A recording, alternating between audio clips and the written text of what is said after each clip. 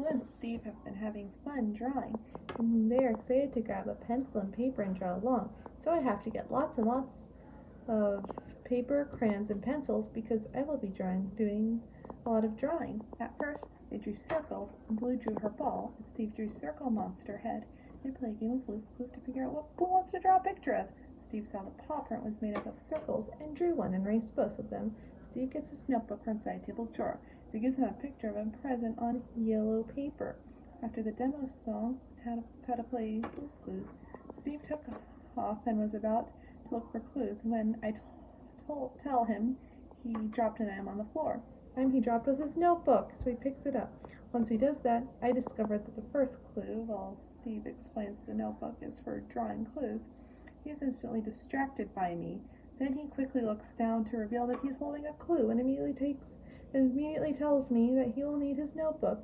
Steve asks me to look for his notebook, so I locate it in his hand, meaning that he is holding it. This was the first clue, as Blue's paw print was sitting on the lower left side of the front cover. Steve draws his own notebook in his own notebook.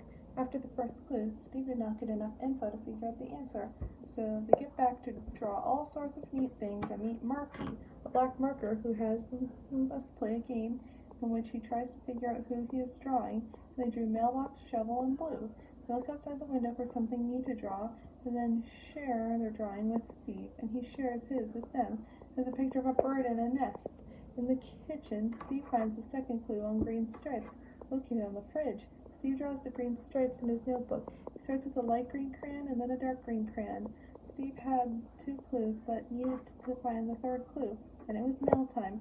Mailbox shows Steve a picture of his own dance teacher jukebox, in which Mailbox used a gray crayon because it rained the last time Mailbox saw a jukebox. Steve gets his letter, and inside the letter is a group of kids drawing. After reading the letter, Steve skidoos into Chalk World, where Chalk Girl asks for Steve's help in telling the story of him trying to find the third clue. Chalk Girl told Steve to draw a puffy shape and little lines. When Steve drew them separately, Chalk Girl told Steve to put the lines under the puffy shape, and Steve made a rain cloud then.